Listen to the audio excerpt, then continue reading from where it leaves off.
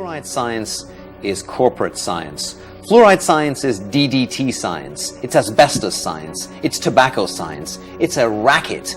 In July of 2004, Christopher Bryson sat down and discussed the findings of his new book, The Fluoride Deception, with Paul Connett of the Fluoride Action Network. The Fluoride Deception was published by 7 Stories Press in May of 2004. The book is based on nearly 10 years of research by Bryson, an award-winning journalist and former producer at the BBC. In this interview, we asked Bryson to introduce us to some of the important individuals and institutions which have played a role in shaping public policy on the toxicity of fluoride and the purported safety of the controversial water fluoridation program. In 1993, I was working at Rockefeller Center in New York as a radio producer for the BBC. And I got a call from London. There was a local water fluoridation battle in the north of England, in Leeds. And the producers, it was a daytime radio show. You and Yours was the name of the program. And the producer said, "Chris, what do you know about fluoride? What do the Yanks think about fluoride? Is there an American angle?" And it was a very, familiar request to me. Is there an American angle to the story? And I said, "Look, I don't know fluoride from a hole in the wall. I have no idea about fluoride, but let me make a few phone calls and see if I can't help you out." And my first call was to Ralph Nader in Washington. And I'm not sure why I called Ralph Nader, but look, it was a consumer issue. And Mr. Consumer, Ralph Nader, I thought, let's give him a call. And I got through, and he said, "Look, I don't know a great deal about water fluoridation, but I've never had terribly good feelings about it. Here are the names of a couple of scientists you ought to speak with." And he gave me the names of Dr. William Hersey, who then and now is a chemist at the Environmental Protection Agency, and Dr. Robert J. Carton. Bob Carton had been with EPA, but at that time was then over at the U.S. Army. And I went down to Washington and met with Dr. Hersey and Dr. Carton, and they explained to me that the safety standards for water fluoridation in this country are based on fraudulent science. Fluoride defenders will say there's 2 stories. There's the industrial story and there's the dental story, and ne'er the twain shall meet. It's not true. The stories are braided very tightly and very profoundly, and they're braided from the beginning. The very first suggestion that fluoride be added to public water supplies was made by a researcher, Gerald Cox, at the Mellon Institute in Pittsburgh. Cox became interested in fluoride because of the suggestion of Francis Frary. That's the letter I uncovered. Francis Frary is the director of the aluminum laboratory for the Aluminum Company of America. He is very concerned about fluoride pollution around aluminum plants. He's very concerned about what the fluoride is doing to the workers inside these aluminum plants.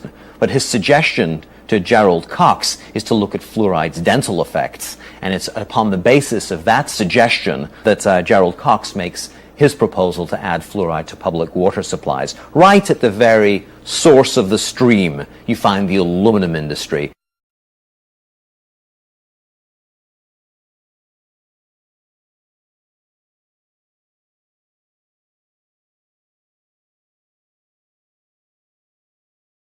Cox's suggestion that we add fluoride to public water supplies needs to be understood for who was saying it and where he was saying it and what the track record of the Mellon Institute was. The Mellon Institute was a leading defender of asbestos for the asbestos industry.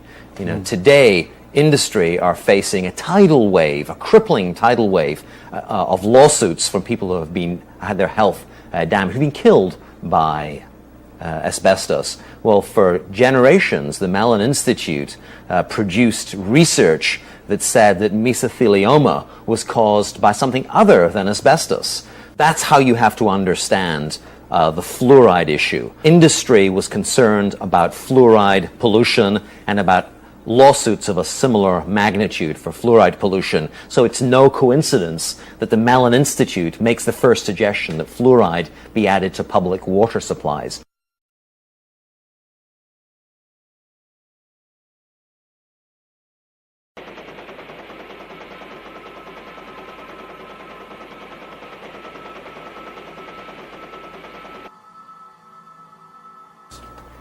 It's quite astonishing, Paul, the degree to which environmentalists have not been educated about fluoride. I'm a reporter. I'm not a scientist or a doctor. I'm quoting documents. I'm citing lawsuits when I refer to fluoride as a major industrial air pollutant. In fact, the leading air pollutant in the aftermath of the Cold War. Those are not my words. That's not my opinion. That's a quantitative assessment by industry experts of the scale of the lawsuits they were facing.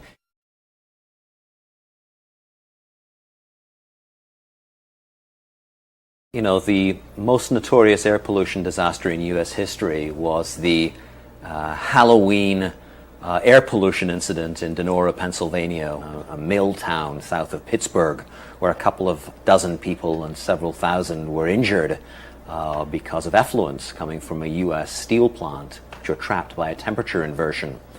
In the aftermath of those deaths, a researcher, Philip Stadler, a chemist, Philip Stadler, investigated. He did blood analysis and he measured high levels of fluoride in the blood of some of the injured and the deceased.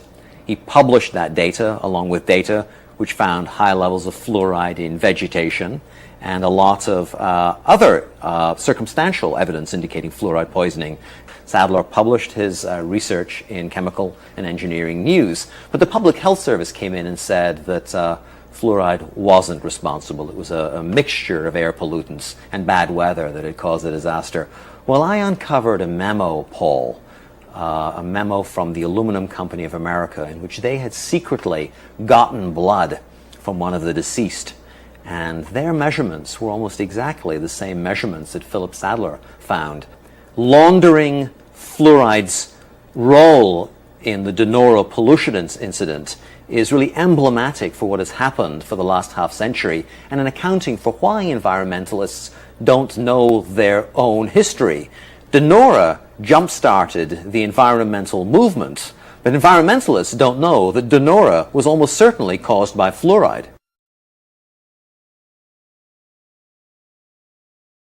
The book looks very hard at the role of a key scientist, Dr. Harold Hodge, in the fluoride debate. Dr. Harold Hodge, for most of the Cold War, was the leading scientific defender of the safety of low doses of fluoride and the beneficial effects of water fluoridation. Dr. Harold Hodge, a distinguished toxicologist on the Rochester team, has carefully investigated the safety of fluoridation. Well, to put it very simply, fluoride is safe at 1 part per million. No scientist's word was trusted more by the health establishment than Dr. Harold Hodge when it came to fluoride. He was a very senior figure and operated at the highest levels for almost all his scientific career. This brings us back to the fundamental point. Fluoride is safe, and I think I can say in conclusion that there is no health hazard that justifies postponing one fundamental point. Fluoride is safe, and I think I can say in conclusion that there is no health hazard that justifies postponing water fluoridation. Harold Hodge, we now know, was a co-orchestrator of the human radiation experiments in which citizens in hospitals at Rochester and in Oak Ridge were injected with plutonium by scientists under Harold Hodge's direction. And there's a whole book written about that. That's right. We know about Harold Hodge in part because of the work of investigative reporters such as Eileen Welsom, who won a Pulitzer Prize for discovering the names of the people who had been injected with plutonium. Harold Hodge's name surfaced in that book and surfaced in the subsequent presidential inquiry into the human radiation experiments. You join the dots. If Harold Hodge and the University of Rochester are injecting people with plutonium and uranium, and at the same time they are reassuring us about fluoride safety, what's the connection?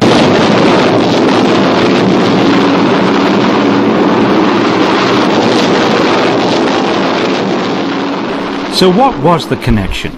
Harold Hodge was the chief toxicologist of the Manhattan Project, the group of scientists and engineers who developed the atomic bomb in World War II and in the early years of the Cold War. Hodge was responsible for investigating the toxicity of many of the chemicals used in the production of the atomic bomb, and one of the chemicals of major concern was fluoride. The Manhattan Project needed enormous quantities of fluoride to make nuclear weapons, to make the bomb that was dropped on Hiroshima. So the Manhattan Project were concerned about fluoride toxicity.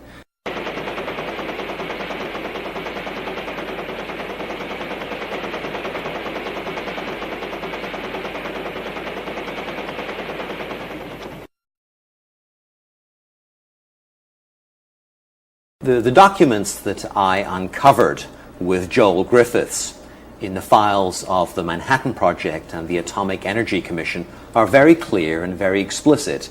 The toxicology department at the University of Rochester, which was under the direction of Harold Hodge, was asked to come up with medical information that could help the government in lawsuits in which the United States Army and the US government were being charged with fluoride pollution.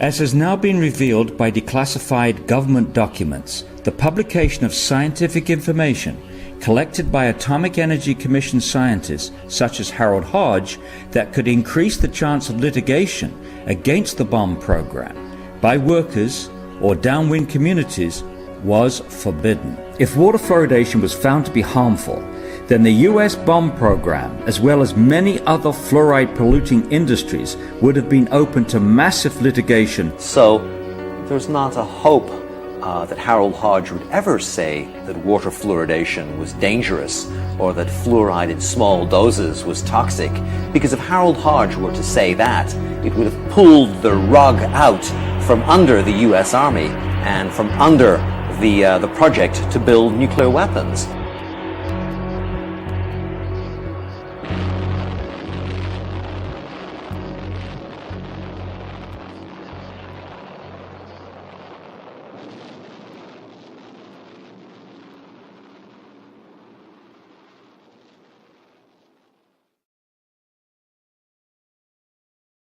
For people who know the history of medicine and science in this country, the Kettering Laboratory was at one time one of the largest private laboratories dealing with issues of toxicity. It was a very well-funded laboratory, and its director, Robert Kehoe, was a very senior figure in the public health establishment. Today, we know Kehoe's name best for his career-long defense of the safety of adding lead to gasoline.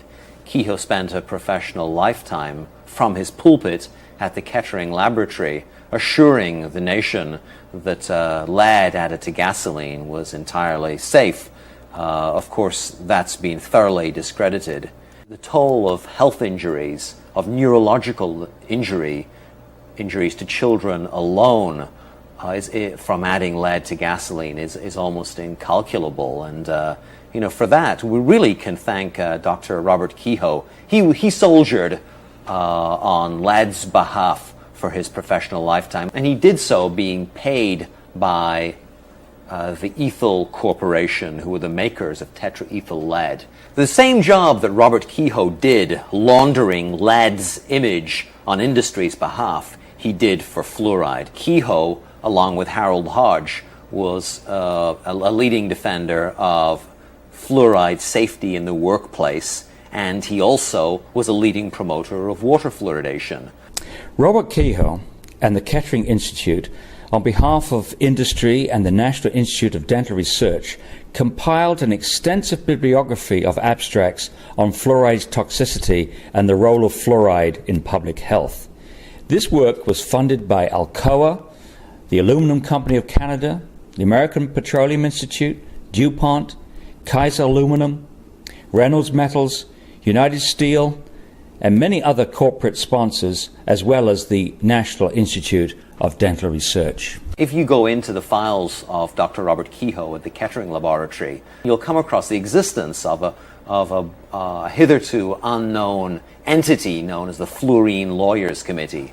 And Kehoe worked for the Fluorine Lawyers Committee at the University of Cincinnati, doing their bidding, providing ammunition to the Fluorine Lawyers Committee so that they could defend their corporate clients, Alcoa, DuPont, Monsanto, the U.S. Steel, against fluoride lawsuits.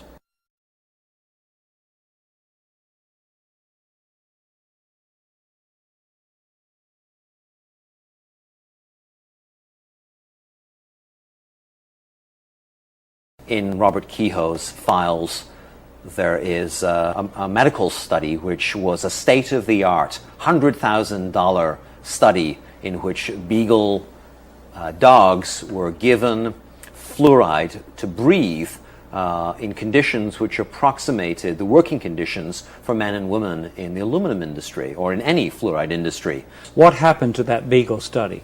The beagle study, Paul, found that fluoride was profoundly toxic to the laboratory animals. The beagle dogs who breathed fluoride 6 days a week, just like workers, had stupendous lung damage and damage to their lymph nodes. You'd think that someone would have given that medical information to America's doctors or to the workers who were going to those doctors asking why they had emphysema. No, the study was given to the Fluorine Lawyers Committee and it was buried.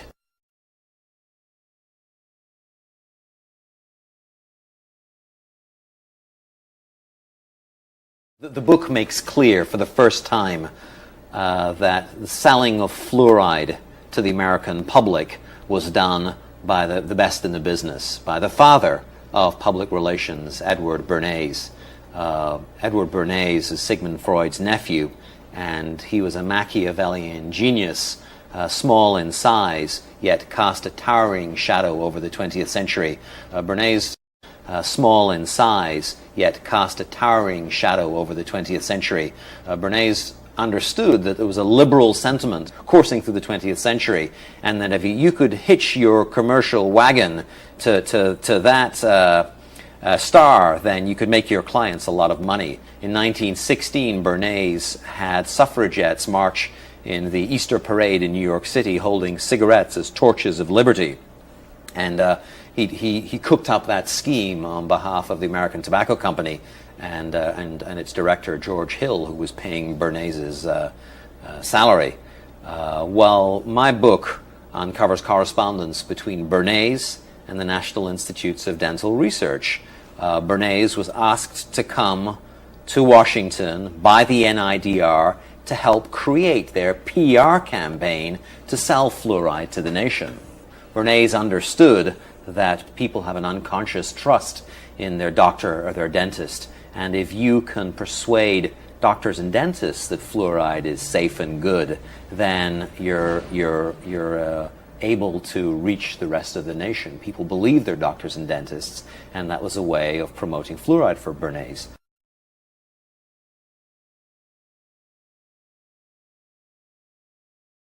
Very few dentists are aware that the fluoride in public water supplies is not a pharmaceutical grade product.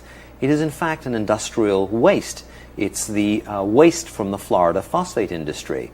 In the 1950s, the Florida phosphate industry was being sued by farmers and citizens living near those plants because of the fluoride. It was killing their cattle, destroying their crops. You know, the Florida phosphate industry today is prevented from having to dispose of its industrial effluent in a toxic waste dump by the device of shipping that in tanker trucks around the country and dumping it in our water supply.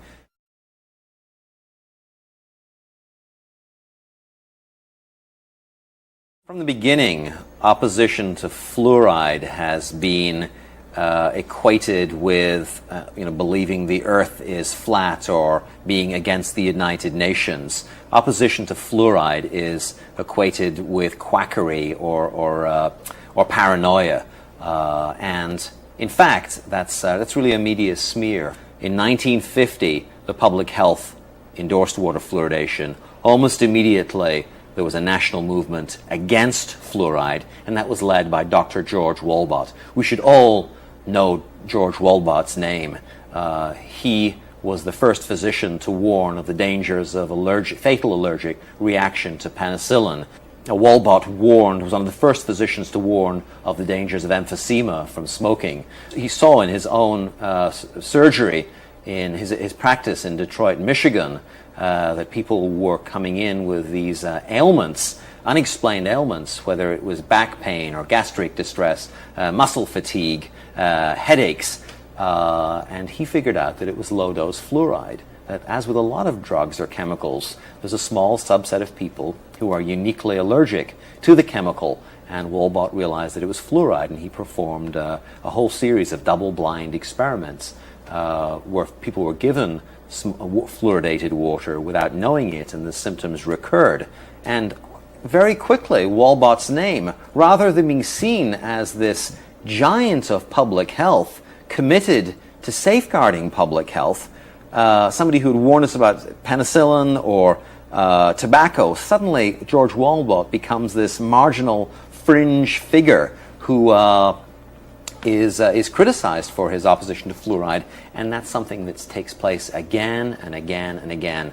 Speaking out as a doctor or a dentist against fluoride is the third rail. It's fatal to your career. We don't know George Wolbott's name because he was smeared by the Public Health Service for his opposition to fluoride.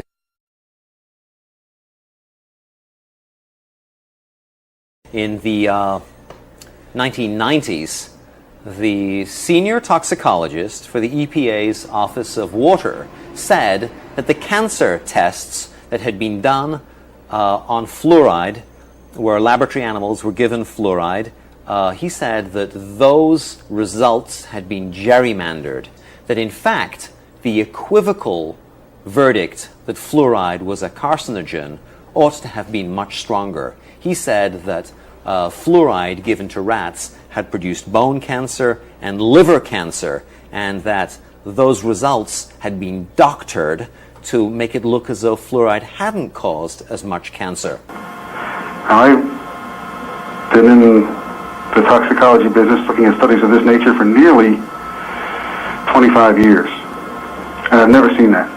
Never ever seen where every single endpoint that was a cancer endpoint had been downgraded. I'd seen one or two endpoints argued over, usually on a definition of what is a cancer in that particular tissue, but I've never seen every one of them downgraded. I found that very suspicious. Marcus was fired. Dr. William Marcus was fired, and a federal judge ruled that Marcus was fired because of his outspoken opposition to fluoride.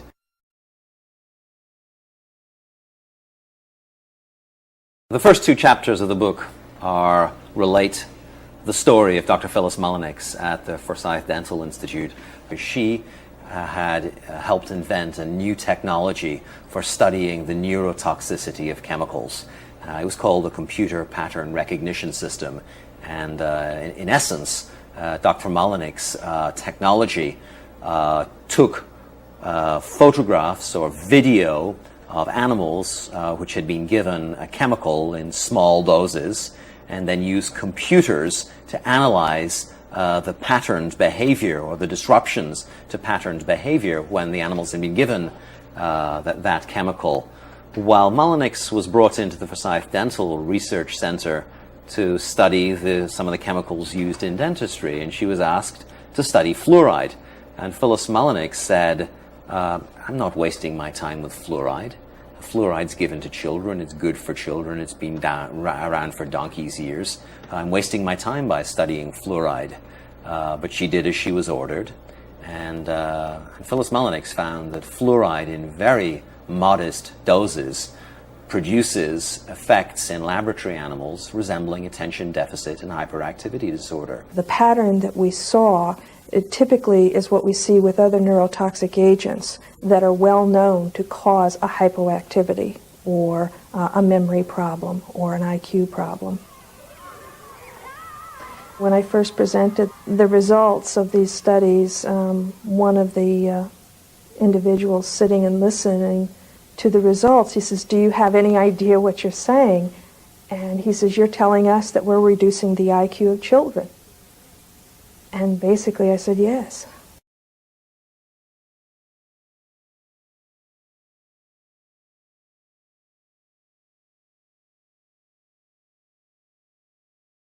She went from being an industry-funded, leading neurotoxicologist at a Harvard-affiliated research institute to being a voice in the wilderness. She has not received any grants nor any academic position as a research scientist since her opposition to fluoride was made public. The Center of Disease Control says that water fluoridation is one of the top 10 public health achievements of the 20th century. How can citizens deal with something like that? Question authority. You know, for years and years and years and years, the public health establishment told us that lead in gasoline was safe. We know today that children's brains were damaged, were injured by the addition of lead to gasoline. You know, the implications of this new documentary evidence, the implications of these buried medical studies, which are now in the public domain as a result of my book, as a result of you know, the medical work that's been done by people like Phyllis Mullenix, the willingness to speak truth of toxicologists like William Marcus. The implications of that research, of these new findings, is that something is terribly, terribly wrong, and we have been led very far astray, and it's time to change. But that change will only come as a result of bravery, as a result of the willingness to invest time. You know, I think it's time to speak up, to speak loudly, to get organized, and to fight for change.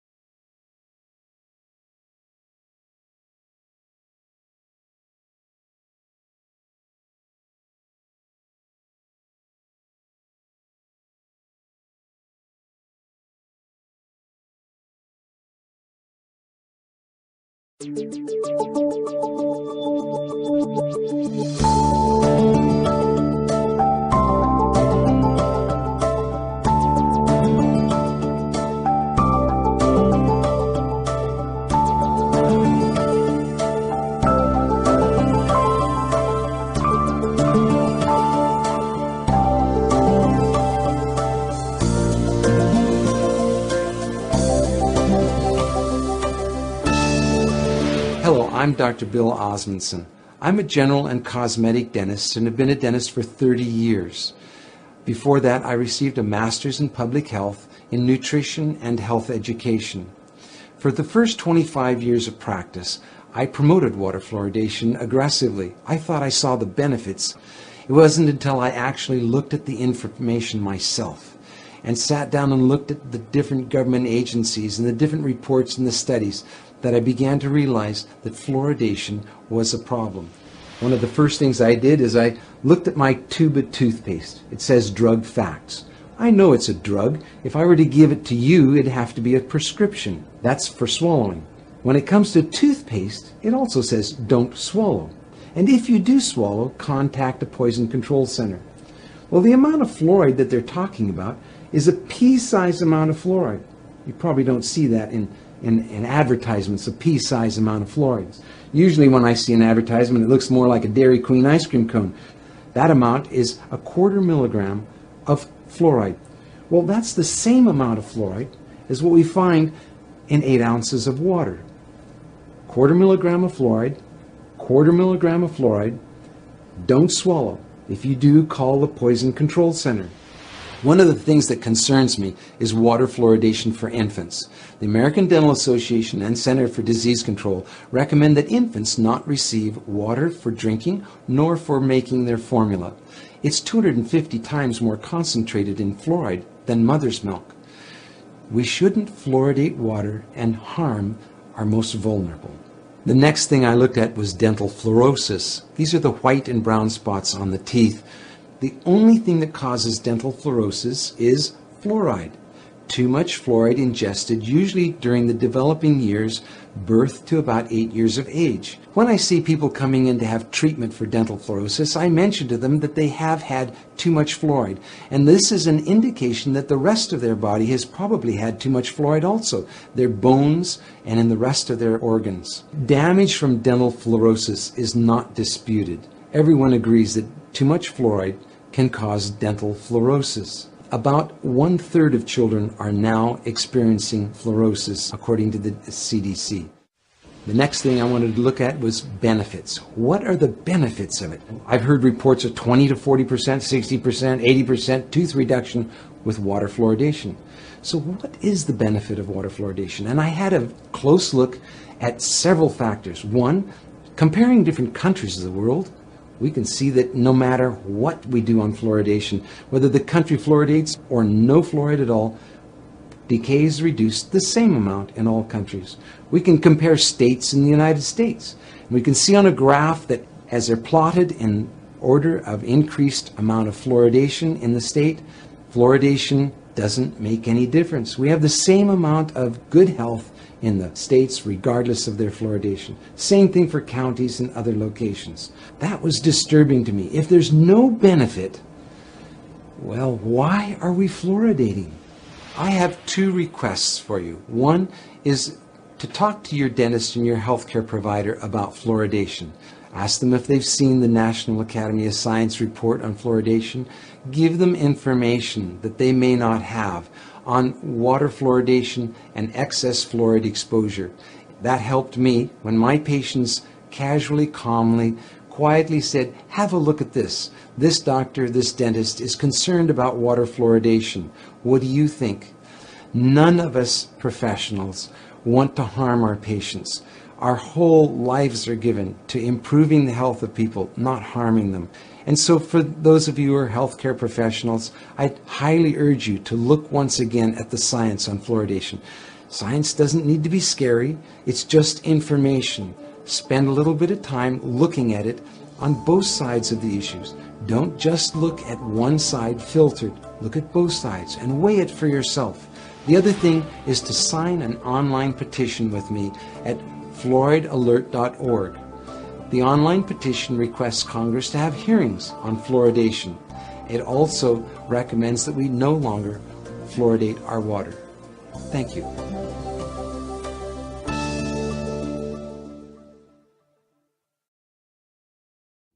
Tem muita coisa que compete com o iodo. Você quer ver, ó? Você tem, a sua pasta de dente tem flúor, não sei para quê. Mas e eles põem desse tamanho na embalagem, rico em flúor. Eu te aconselho a fazer o uso de dente, de creme dental sem flúor.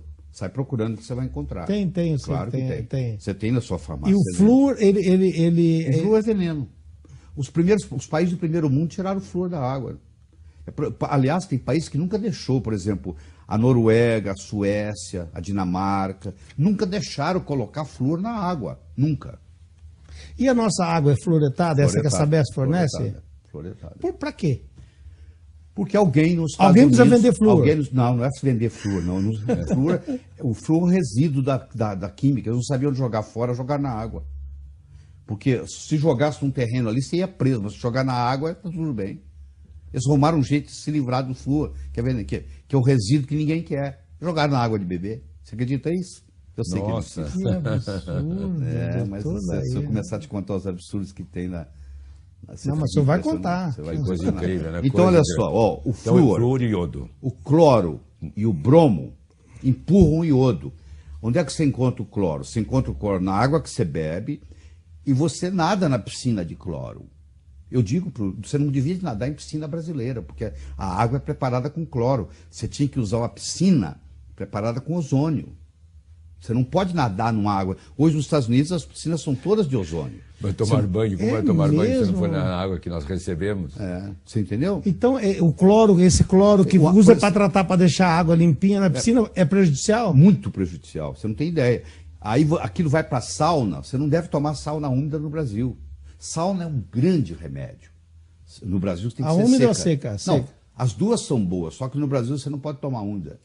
Porque como a água é tratada com cloro, na hora que você esquenta a água na sauna, vira um vapor venenoso. Então não entra em sauna úmida no Brasil. O flúor, o cloro e o bromo têm um peso molecular menor que o iodo. Existe uma lei dos halógenos, Wallace, uma lei bioquímica que diz assim: quanto menor for o peso molecular de um halógeno, mais bullying, mais valentão ele é. Então o flúor é mais valentão que o cloro é mais valentão que o bromo. O que quer dizer isso? Tanto o flúor, quanto o cloro, quanto o bromo podem entrar no lugar do iodo e mandar ele embora. Então vamos pegar o flúor. Você toma o flúor na água, que não deveria estar na água, porque a água fluoretada ela é um veneno. Está provado isso no mundo inteiro.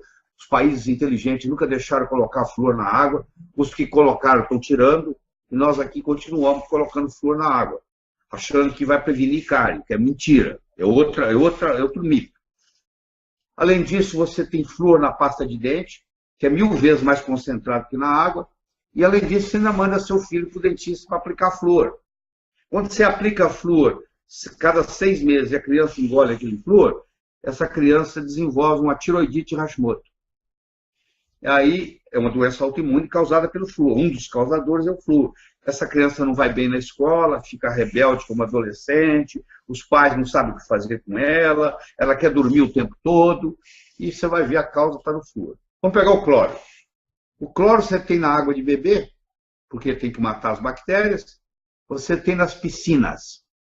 Eu não entro numa piscina que tenha cloro. Eu tenho que ser, ou é tratada com ozônio, ou eu não nado. E a sauna úmida é um problema sério. Sauna é uma excelente intervenção, excelente. Contanto que seja sauna seca. No Brasil, você não pode fazer sauna úmida. Porque a sauna úmida, a água que abastece a sauna úmida, foi tratada com cloro. Quando você aquece a temperatura da sauna, aquela água vira um vapor. E ela virando um vapor, aquele vapor venenoso, entra no seu pulmão e vai perturbar a sua tireoide.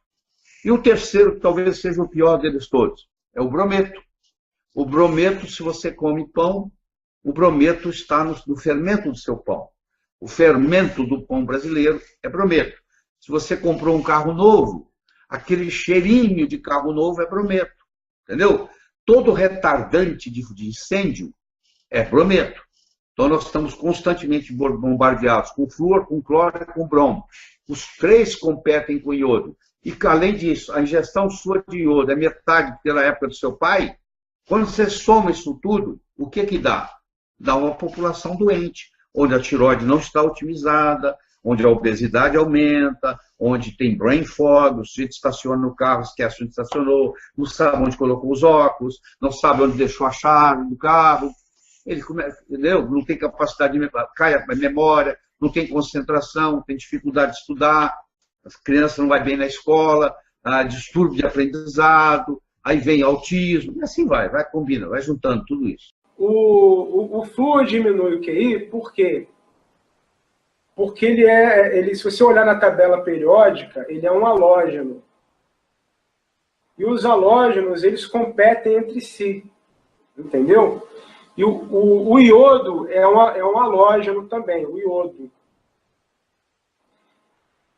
E o que acontece? O halógeno de menor massa, ele expulsa o halógeno de maior massa para fora das células. E aí o que acontece? O iodo é importantíssimo para o QI. Sabe de onde vem esse termo idiota? Esse termo idiota, é o considerado um xingamento, na verdade é um termo científico. Vem de uma doença chamada idiotia. Porque existe uma doença que é causada por falta de iodo durante a gravidez. Quando a mãe tem defasagem de iodo durante a gravidez e não passa iodo suficiente para o bebê pode nascer com idiotia, ele nasce idiota, com um QI baixíssimo. Não tem condição, não consegue aprender as coisas, não aprende a ler, escrever, não consegue aprender nada. Né? E daí que vem a origem do termo idiota. Quando alguém é muito burro, você chama de idiota. Essa é a origem. E na Alemanha, eu não sei se foi no governo nacional socialista que isso começou, não sei qual é a origem, mas eu sei que já há muito tempo que na Alemanha é obrigatório as mulheres grávidas tomarem iodo. Até hoje é obrigatório lá. Toda mulher grávida é obrigada a fazer ingestão de iodo, que é para garantir que o filho vai nascer o mais inteligente possível. Quanto mais iodo na gravidez, mais inteligente o filho vai ser. E mesmo depois de nascido, né, quanto mais iodo, quanto mais bem nutrido de iodo você for, mais alto vai ser o seu QI. E o que o flúor faz? O flúor, ele compete com o iodo e expulsa o iodo das células. Então, consequentemente, diminui o QI. Tá? Então, é interessante você consumir um suplemento chamado Lugol.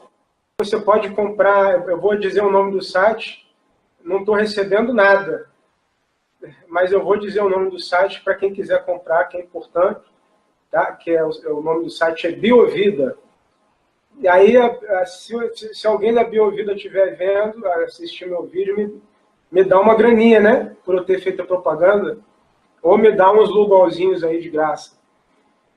O Lugol, ele é iodo e iodeto, que você não precisa só do iodo, você precisa do iodeto também. E se você tomar o Lugol, você vai aumentar o seu QI, você não deixa o flúor expulsar muito iodo das suas células, você vai aumentar o seu QI e você vai prevenir várias doenças, inclusive câncer. Tá? Eu faço uso de iodo. De 2 em 2 dias, de 3 em 3 dias, eu uso o Lugol. O Jurandir Rossi perguntou, professor, a administração de Lugol em grandes quantidades não teria risco de causar hipertireoidismo exógeno? Não, de jeito nenhum. Se você tomar em excesso, primeiro que você não vai conseguir tomar em excesso, porque é muito ruim. Se você tomar em excesso, você vai ficar enjoado, vai passar mal. Nada demais, você só vai ficar enjoado durante alguns minutos. Aí da próxima vez você não vai querer tomar naquela quantidade, você vai diminuir a quantidade. E segundo que o excesso é expelido pela urina. E esse iodo do Lugol, ele é iodo inorgânico, que não é tóxico. O iodo tóxico que faz mal, que você não pode tomar, é o iodo orgânico. Então é o contrário, né? Pode parecer que eu estou errando, né? Que o orgânico deve ser... Orgânico é natural, então deve ser isso bom, mas é o contrário. O inorgânico é que é o bom, que você pode tomar. O orgânico é o que você não pode tomar. Entendeu? Inclusive, muito médico que não manja desse assunto, que não entende desse assunto, acha que não pode tomar iodo, porque o iodo vai provocar hipertiroidismo e tal, mas não. Porque o Lugol tem o iodo inorgânico. Iodo e o iodeto, os dois. O Lugol é a fórmula dos dois juntos, iodo e iodeto. E você diminui mais de 70% o risco de câncer em todas as glândulas do seu corpo. E não só nas glândulas. Tá? E esse iodo que tem no sal, esquece. Ele só serve para evitar aquele negócio, como é que é o nome? Quando a pessoa fica com uma bola aqui no gogó, esqueci o nome agora. Ele só serve para isso. Ele não serve para abastecer o seu corpo de iodo numa quantidade suficiente para suprir a demanda das suas glândulas e evitar câncer e evitar os malefícios do flúor, tá? E sendo que o sal ele só tem o iodo também, ele não tem o iodeto.